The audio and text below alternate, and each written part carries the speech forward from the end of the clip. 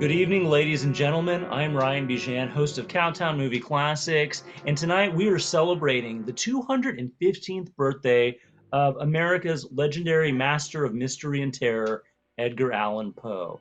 In addition to this wonderful gothic creepy party we're doing, we are showing a double feature of two of my favorite classic Universal horror films from the 1930s, both starring the legendary Bela Lugosi. First off, from 1932, it's Murders in the Rue Morgue.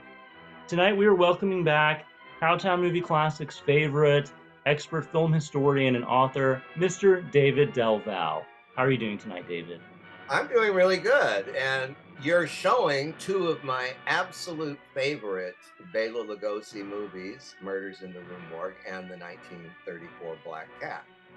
For fans that haven't really seen a lot of the Universal movies of the pre-code era from 1930 to 1936, Murders in the Rue Morgue is very important because if Bela Lugosi had agreed to play Frankenstein, the monster, he would not be in Murders in the Rue Morgue right now, being directed by Robert Florey, who was originally supposed to direct Frankenstein. So when you're watching this Murders in the Rue Morgue, it's a consolation prize from Universal to Bela Lugosi for not being in Frankenstein because Dracula had been such an enormous hit the year before. So he plays Dr. Miracle, very much in the manner of Dr. Caligari from a few years before in 1919 with Conrad Veidt. So Lugosi is brilliant in this, and the set design is amazing. And additional dialogue is none other than John Huston. So the pedigree for this is great, but it is damaged in ways that are very tragic for me by an actress named Sydney Fox, who is just decoration. And Leon Ames, who is called Leon Wyckoff in this, is just dreadful, but it's not his fault. He's young and the dialogue they give him is putrid, but Lugosi rises all above it. And pay attention to his servant because it's Noble Johnson, who would play the Nubian in The Mummy, the chief in King Kong, and the Ghost Breakers zombie with Bob Hope. So Murders in the Rue Morgue with Lugosi is at the very zenith of his career. Now, I noticed you named some of the kind of down points of the film, namely the leading lady and the leading man, Leon Ames and Sidney Fox. But other than Bela Lugosi, what makes this movie so compelling? The set design, the because it's pre-code, you get this incredible sequence with Arlene Francis, who we would know later on from television. Arlene Francis is the prostitute, and she is abducted by Dr. Miracle in a completely savage kind of sadistic scene. Then she's seen crucified in his laboratory, and he goes, "Your beauty was a lie. Your blood is rotten." Because she's a prostitute, she probably has, syphilis or something. So he just takes his axe after she's dead. It's an incredible sequence because it goes on and on in detail that you couldn't do 2 years later. And this will go on with the Black Cat and the famous skinning sequence. Yes, which we'll get to. Ever seen an animal skinned, Himalaya? Yeah, these movies are wild because of the chances that you couldn't make these films today with the woke kind of attitude we have. But the photography, Carl Freund, and the Universal was at the absolute top of its game. They were just about ready to do Bride of Frankenstein and Dracula's Daughter and a number of other great movies. But this was at the very beginning. Murders in the Rue Morgue was right after Dracula and Frankenstein. And Frankenstein had yet to make the when Murders in the Rue Morgue opened, Bela Lugosi was the #1 horror star in America, but that would only last about another year. Right after Murders, he would do White Zombie. This was his era, Ryan. From 1929 to 1935, Bela Lugosi was a satanic presence in movies, more so than Karloff. Hmm. Karloff was limited by his lisp and a certain preoccupation, and this came true when we talked about Black Friday. But look, Karloff was at the zenith too, because he just had done Fu Manchu, The Mummy, Frankenstein, and he had done other roles like The House of Rothschild. So, he showed versatility a bit more than Lugosi. But remember, Lugosi did Igor and Son of Frankenstein. And if that didn't show complete range, what a different character from Dracula. Well, Son of Frankenstein is one of my favorite films, but I think tonight in Murders in the Rue Morgue, we see a younger Bela Lugosi at his best. So if Well, you're, his line readings are brilliant when he's yeah, introducing himself, and he goes, if you want to burn me, monsieur, light the fire. yeah, and then Eric likes you. Listen, Lugosi's relationship with that ape is really, it's camp, but this is pre-code. And of course, the camera moves away from a real gorilla to Charlie Jamora, who's playing the Eric. But please take note, there's a moment in it when Dr. Miracle sends a letter to Sidney Fox, and in the corner, it's his stationery, and his stationery has Eric, has his gorilla in the top right corner. I mean, who thought of that? It's I might brilliant. I might have to steal that for myself. Listen, Yeah. if we had Igor, if we had Eric stationary, and then Ryan could write, Ryan likes you.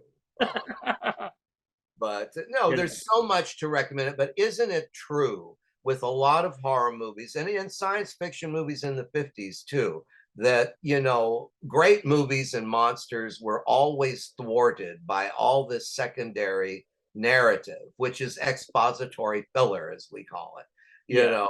where you have to endure some triangle, or in this case, all of Leon Wyckoff, aka Ames's declarations of love for Sidney Fox are ridiculous. And there's an incredibly fey character in this who would definitely be coded gay anywhere in the world. He is Leon Wyckoff's roommate, Yeah. who stands around in an apron and bitches at him relentlessly like a queen. And this guy specialized in those kind of roles, sort of like Franklin Pangborn. But no, this went over the heads of everybody in 1932, 31, I suppose, which is what pre-code is so good at. This is when Mae West was at her best. When we get to the good stuff, I think Murders in the Rue Morgue really delivers. Please stick around after the film so you can hear the rest of our conversation. Directed by Robert Florey, the 1932 version of Murders in the Rue Morgue. Okay, say what you will about perhaps the staginess, the stylization of the film. I love it. As you said, this movie owes more to German expressionism and the Cabinet of Dr. Caligari than it does Edgar Allan Poe. But as an audience member, I don't think I have a problem with that. No, and with Edgar Allan Poe, when has anyone ever adapted him faithfully, ever? Correct. Yeah. There's the new House of Usher out, which has absolutely nothing to do with him, except they take a character or a line or a prop from one of his movies and make a story around it, which is fine. Mhm. Kind of like Stephen King with Castle Rock, that kind of thing. Right. And I mean, of course, you mentioned the movie. It does have the shoehorned love story, the comic relief, but you have to, you're taking a relatively kind of small short story, and you have to beef it up to a three-act structure for a contemporary audience. Well, and let's not go to Edgar Allan Poe unless we absolutely have to. Hmm. Last night, I just watched The Mystery of Marie Roget, which Kino Lorber has just put out in a film noir package. And that is another Edgar Allan Poe adaptation from Universal that takes the bare bones. They were trying to create Patrick Knowles from Frankenstein Meets the Wolfman as Auguste Dupin, the world's Yeah. first detective. And Lloyd Corrigan was going to be his kind of sidekick, like a little Lou Costello, who was prefect of police but was completely inept.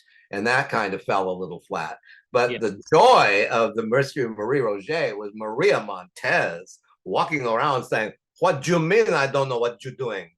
You just stop it now." She walked through these movies like she owned the place, and she did for a while.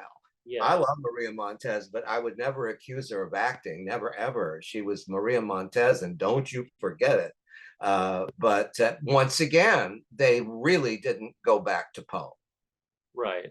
And at one point, Maria Uspensky, of all people, says, "Why are you here?" And or why did yes, why did you hire me? And she said, "I hired you because of your work in Murders in the Rue Morgue," of which she wasn't in, of course. But Right. yeah, so but that's interesting. I watched that last night, forgetting for a minute that we were going to talk about, Murders in the Rue Morgue, the 32 version. Mhm. George C. Scott did a version of this with Val Kilmer, of all people, for television. Mhm. But American International Pictures did a what would have been a Vincent Price version of Murders in the Rue Morgue in Spain, but they got an amazing cast that just went nowhere. Jason Robards, Herbert Lom in Murders in the Rue Morgue, 1973. Well, that one's interesting because that one's more of a restaging of Phantom of the Opera than it is Murders in the Rue Well, it's Morgue. also a nod to the Grand Guignol, the theater of the Grand Yes. Guignol in Paris. So and then once again, the minute they use Edgar Allan Poe, they completely ignore him. So, David, because of your long career in Hollywood, you were fortunate enough to meet the director, Robert Florey. Yes, I met Robert Florey in 1978, I believe, and he was living with his wife Virginia up in the hills. And I had 3 visits with him, and each visit he would give me something. And the first visit, he gave me a matchbook that had the gorilla on it for Murders in the Rue Morgue. Now, Robert Florey was the original director of Frankenstein. So when he was taken off of it and given Murders in the Rue Morgue, Universal gave him all the French poster art for Frankenstein because it had his name on it. That Mhm. was their contractual deal. But the highlight of the 3 visits I made to Robert Florey, and he talked about Lugosi, and he particularly talked about Peter Lorre, who was a close friend of his, and he directed The Beast with 5 Fingers. But Right. what was the thrill was there was a door in the hallway that led to some particular room. And all 3 visits, he would, like Bluebeard's Castle, say, "Well, I must show you this room." So the third visit, he unlocked the door to this room. And what I saw when he opened the door was a museum quality collection of Napoleana. Oh, He wow. had Napoleon's coat in a lucite case. He had 2 cannons in cases that were in part of the French Revolution. Priceless stuff. Mhm. And he said, "I've been collecting Napoleana since the 20s." This is in some house up in the hills, locked behind a door. Now, a year or so later, after my visits with Robert, he died. Mhm. His wife, who was much younger, was having an affair with a younger man. And all she wanted to do was sell everything and go off and live with her boyfriend. Yeah. So all of this stuff disappeared. And the only thing that I got from it was the French 6 sheet for Frankenstein, which I paid $1,500 for about in 1980. Mhm. And I got rid of it at some point between then and 1999 for a lot of money, but not as much as it's worth now. But that was my meeting with Robert Florey. And the first time I went in and sat down with him, he pulled out this thing with all the names of directors that were of his era with little red circles around them. And those red circles was where they had died. Mhm. And he was just marking them all off. And he was like one of 8 left on this sheet of like 200 people. And Mhm. he wrote about, he knew Chaplin. He wrote books in French on cinema, and he gave me a couple of them that he autographed. So I was very lucky because when I came to Hollywood, Hitchcock was still alive, William Wyler was still alive, Robert Florey, John Brom. I met John Brom too. Uh, but in any case, Murders in the Rue Morgue was a movie that he wanted to re-edit because it opens with the murder and then goes to the carnival. And it makes more sense when you look at the movie that way. I wish there were a way to edit out that whole balcony scene with Leon Wyckoff and Sidney Fox. It's just so putrid that it just belongs, deep six somewhere. They can't find London After Midnight, but they've got all of that. But no, of the Universal pre-code classics, I think Murders in the Rue Morgue is very underrated. Possibly for the reasons that it is a bit slow because of the romantic interludes that interrupt the action. The Black Cat is an entirely different story. Yeah. Well, I was gonna say, if you enjoyed Murders in the Rue Morgue for what it is, which I certainly do, it's one of my favorites. Our follow-up film is going to take things to the next level. We are about to take a brief intermission. If you guys want to run to the bathroom, buy a drink, grab some popcorn, because in a few minutes we are going to watch one of the greatest Universal horror films ever made. Once again, I am here with Mr. David Del Val. Thank you so much for your time. We'll see you back in a moment.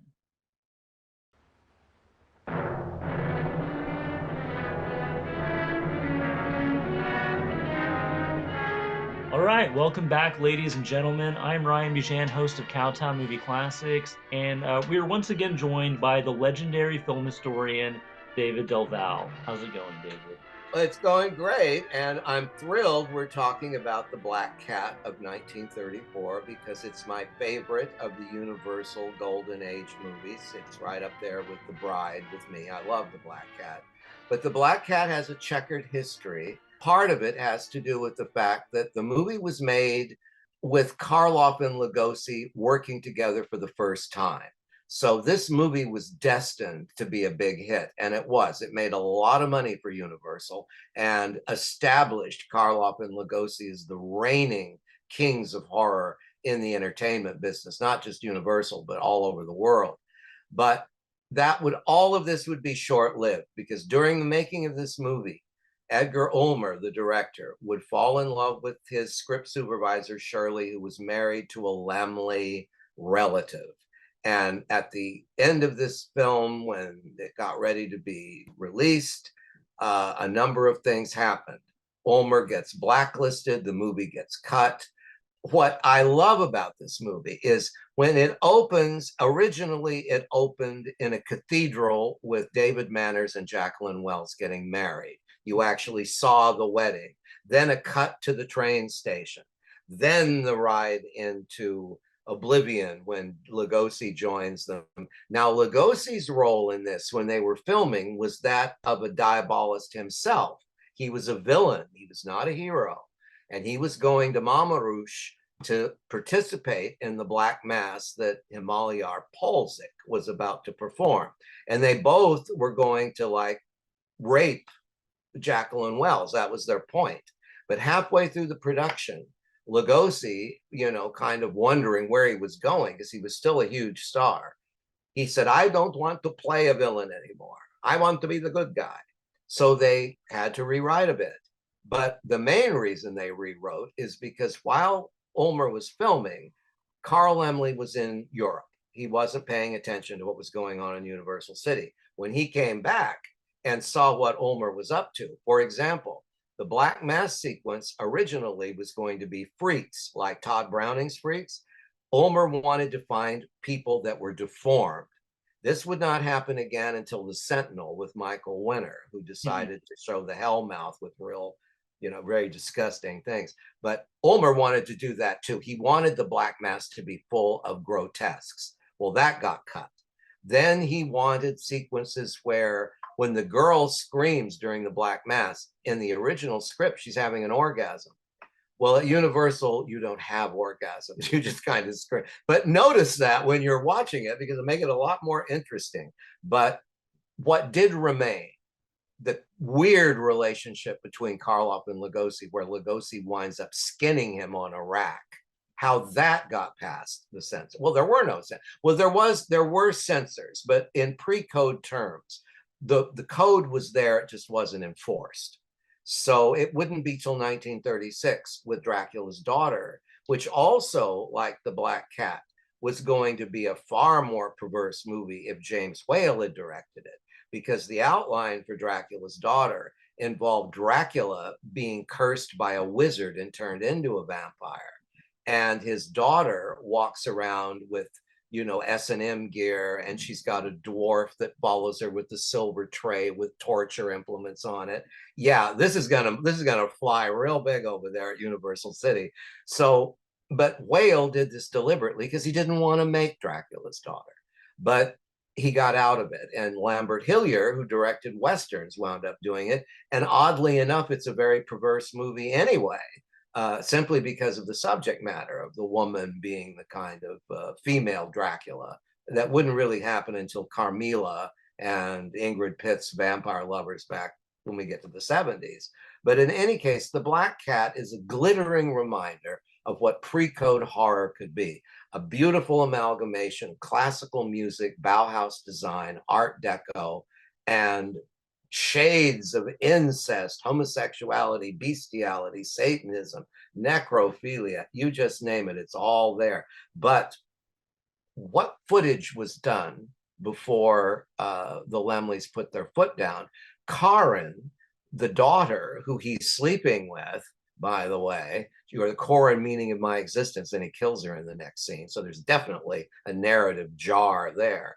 But in the original movie, Karen is possessed with the spirit of a cat and begins to look a little like Henry Hull did in Werewolf of London. Oh, wow. And there are test makeups of this somewhere.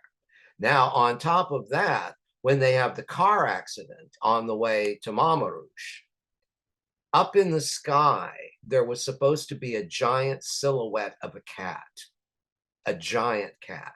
All this is in the original script, which some of it was filmed, some of it wasn't. But the making of and the original, the whole idea of what the Black Cat could have been is really staggering. And the shadow that looms over the whole movie, of course, is the wickedest man in the world at the time, Aleister Crowley, that was causing a sensation in Europe with his love cults and his, summoning forth of the demons of hell and claiming that he had resurrected the great god Pan. And he was labeled the wickedest man in the world by the world press.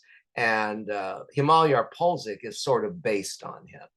It's based on also The Magician, which was filmed in 1926 with Paul Bergener, which well may be the first Mad Lab movie, as Forey Ackerman used. It's the first Mad Lab movie. And it was 1926, and about trying to resurrect a homunculi, which is also Aleister Crowley. And Aleister Crowley would pop up again in The Devil Rides Out, The Devil's Bride for Hammer Films. But all of these characters are based on Crowley, including Karloff's. And I wonder if Somerset Maugham or Crowley actually saw the Black Cat, because they were both alive.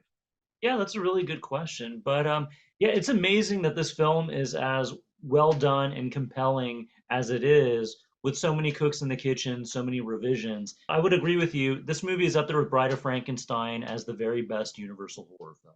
Oh, no question about it. And all the movies they were making at that, The Mummy's great, The Black Cat, even movies like Mystery of Edwin Drood that was Yeah. done just before as the code was being enforced. I think one of the reasons, well, if you want to know why Bela Lugosi winds up in a Universal movie in 36 called Postal Inspector, and Karloff is in something called Night Key about a mystery at the post office. You know why they're in those two movies? Because they were both hired to be in Dracula's Daughter, directed by James Whale. And the movie went into so many revisions that, to give the actors something to do, they put them in movies they normally wouldn't have been in at all. Oh, that's fascinating. Karloff would have been the Otto Kruger character. Lugosi would have played Dracula, and Gloria Holden or Zita Johann, who auditioned for it as well, would have been Dracula's daughter. They even wanted Myrna Loy at one point, because Myrna Loy was already playing Asians. She was Fu Manchu's daughter. Fu Manchu's nymphomaniacal daughter in Mask of Fu Manchu.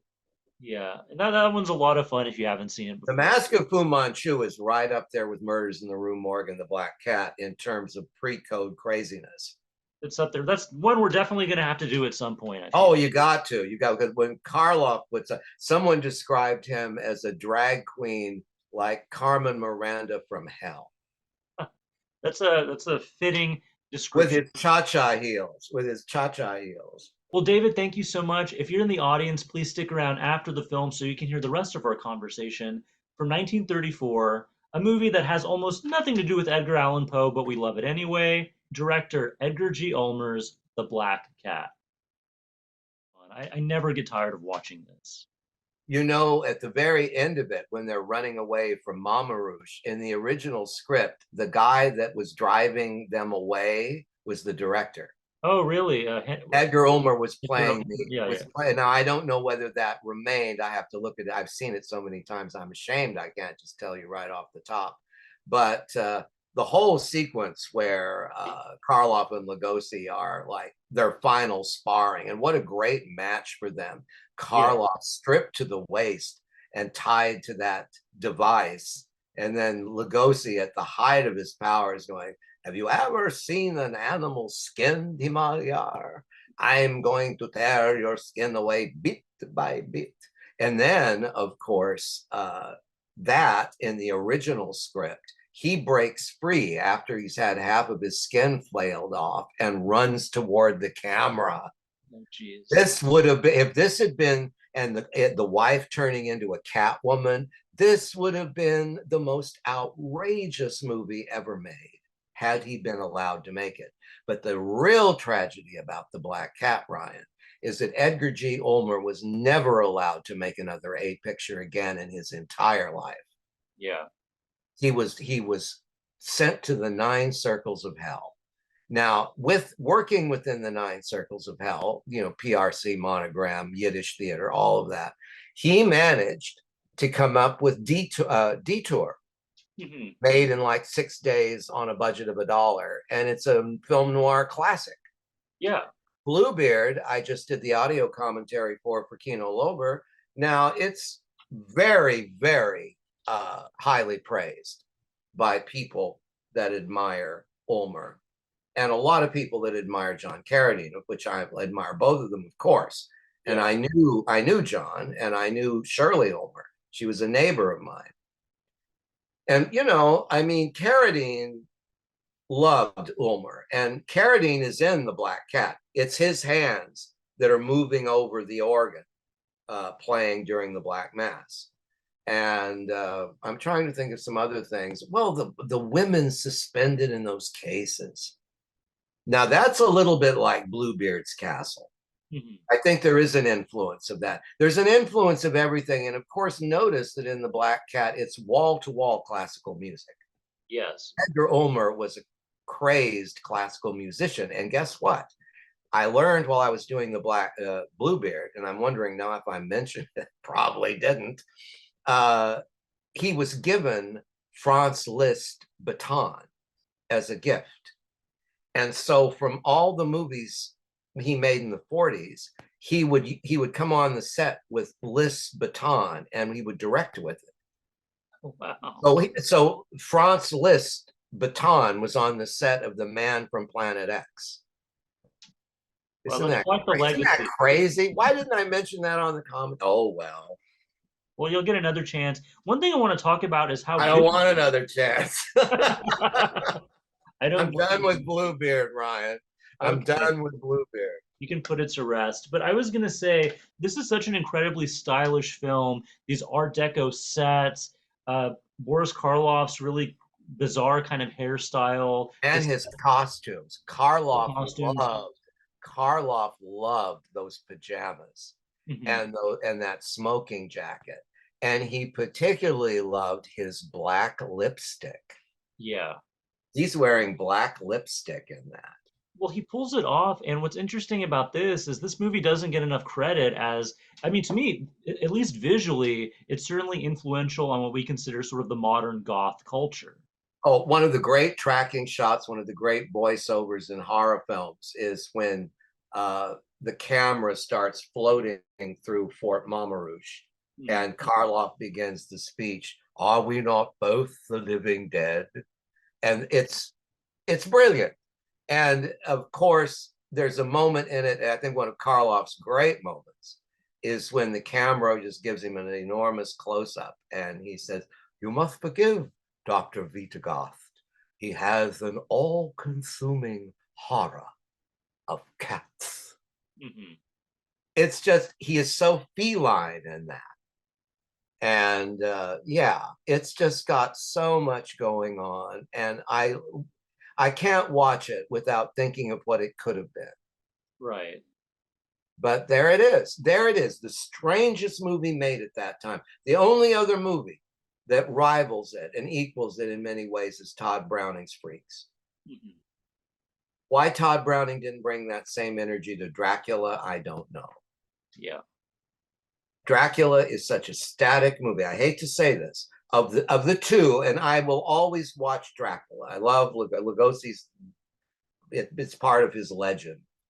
But outside of his performance and the sets and the beginning, it's a very, very dull movie. Mm-hmm. Frankenstein is a lot more visual, a lot more cinematic because of Whale. Whale was a stylist. But it's interesting to me that some of the most perverse horror movies, like Dracula's Daughter, is directed by someone that mainly did Westerns. And now I'm doing these Republic Pictures 40s horror movies, which are all odd. Catman of Paris, Valley of the Zombies, The Phantom Speaks, The Vampire's Ghost. What were they doing? And then they did Macbeth with Orson Welles. Yeah. I don't know. That's it. Actually, Republic Studios is a kind of. Oh, I forgot The Lady and the Monster with Eric von Stroheim and his little monkey, and the fact that every given point he says to his nurse, "Bring me the giggly saw." I would really love to know what he's. I know. Maybe I don't want to know. Bring me the giggly saw. So all these movies are. Everyone is dusting off everything from the 40s, 50s, 60s, 70s, and it's all going to be, which is great. So we can thank the boutique Blu-ray industry for that, and I'm happy to say that I've got all kinds of assignments to do. I'm actually doing another George Nader. I think I've done more George Nader movies than anyone. I don't know what I did to deserve this, but there you are. So I'm going to do The Million Eyes of Sumeru for Bill Lustig's Blue Underground Company. And Bill is the first guy I ever worked for. I did Harry Kumel's Daughters of Darkness for Bill Lustig for his company. That was the first audio commentary I ever did. Was that for Anchor Bay back in the day, or? Yeah, with John Carlin from Dark Shadows. It was John Carlin and me. And then we went to the Cock and Bull for lunch, and John got so drunk that we had to literally carry him out like a corpse. He overdid it on cognac. He never did have his dinner. He just kept ordering one cognac after. It was amazing. I mean, all these memories, I've got to put them all in some kind of another book, don't you think? I'm so lazy. I have to put I have another book coming out with Bear Manor, but I haven't heard anything from him, so I'm not going to say anything till I know when it's coming out. But have you noticed, I didn't say that because I met David Manners too, by the way, which was a hoot. But he's ineffectual in this in ways that are just mind-boggling. Remember when he goes to the door and the guy with the Beatle haircut, he just one swoop and David Manners is out. This guy is a real wimp in this. He really can't save anything. Well, isn't he a wimp in most of his? I mean, I hate to say this. He's the leading. Except for The Mystery of Edwin Drood, which was one of the last movies David did before he said goodbye to Hollywood. Mm-hmm. But he was gay in real life, and he was rather effeminate in his movies. And in Dracula, he's completely ineffectual. In The Mummy, Zita Johann, actually, it's a camp line now because I think she knew he was gay, and she was married to John Houseman, who also was gay, so she knew. And the thing was, she has a line where she goes, "Do you have to open graves to girls to fall in love with?" Well, yeah, I do, because they're dead, But David Manners was not an easy interview. He did not want to talk about his horror movies. And he said to me on more than one occasion, "What is an adult like you wasting your time talking about all this rubbish?" Hey, I ask myself that question every day. Well, I looked at him. Oh my God. Because that's all I wanted to know. I didn't want his life lessons. I mean, he was a charming man, and he was really interesting and very intelligent, but he did not want to talk about Hollywood. Yeah. He did not want that was so far, and he lived to be nearly 100. Mm-hmm. And you know how he passed away at the age of 99? I think he was a month away from 100. He's wheeled into the little dining area when the facility he was in. He was in Santa Barbara, and he said, "I'll have a coffee to start." And he just put his head down, and died right at the table, just as quietly. Just he was gone. And he lived in Santa Barbara for like 30 years. He had a lifetime partner, and the two men lived together. And when his husband died, then he went into a very comfortable kind of assisted living in Santa Barbara and lived there for a long time and maintained the library and wrote books. And he was a theologian. He was a fascinating guy, but he would not. The only thing he said to me about Dracula, he said Bela Lugosi was so full of himself. He would stand in front of a full-length mirror and go, "I am Dracula." I said, "Well, that's called method acting, David. You ought to try it sometime, I mean, really, because what were you doing? Nellie Queen in the corner going off. But oh, it was funny. Yeah. But the Black Cat, to me, I just keep hoping, like Magnificent Ambersons or London After Midnight, that somewhere, somehow, a little bit of footage, or even, the makeup tests of the women when they were going into their cat. Because, the movie has so many strange things. Why does Lugosi throw the knife at the cat? Did he kill it? It's off camera. The minute he kills the cat, Jacqueline Wells appears. "Are you frightened, doctor?" And she's possessed. So originally, the spirit of the cat, the essence of evil, was going to go into this woman who was then going to be raped by the high priest. And then their offspring would be a homunculi or something. That would be very Crowley. Yeah. Well, that's Rosemary's Baby before Rosemary's Baby. It's the devil before we knew what to do with him, is what it is. But no, there were films in the silent era, The Student of Prague, The Magician. There were, The Wizard. There were all kinds of movies, London After Midnight. Of course, in the 20s, everything was explained away. Supernatural things were always explained away as, that's what's wrong with Mark of the Vampire, which is London After Midnight, is Yeah. at the end of it, the vampires are actors. Although it is great to see Lugosi drop character and go, "I'm greater than any real vampire." And then Carol Borland says, "Oh, shut up." Well, David, thank you so much for your time. Honestly, it's always a pleasure for us to hear from you. Well, you just showed two of my favorite movies, and since I didn't get to do audio commentaries on either one of them, this is a little bit of me getting to talk about them, and hopefully people will. I hope that people will start looking at more movies from this period, from the 30s, and not be afraid, like being afraid to look at silent movies. You need to look at them because there's so much to be learned and enjoyed too. I mean, these films, really, if you haven't seen it, it's not old, right? Yeah. That's the attitude to have. But anyway, I look forward to the next one, Ryan. All right, me too. Thank you so much. If you're in the audience, I hope you enjoyed our Edgar Allan Poe in name only double feature. Once again, my name is Ryan Bijan. We'll see you next time.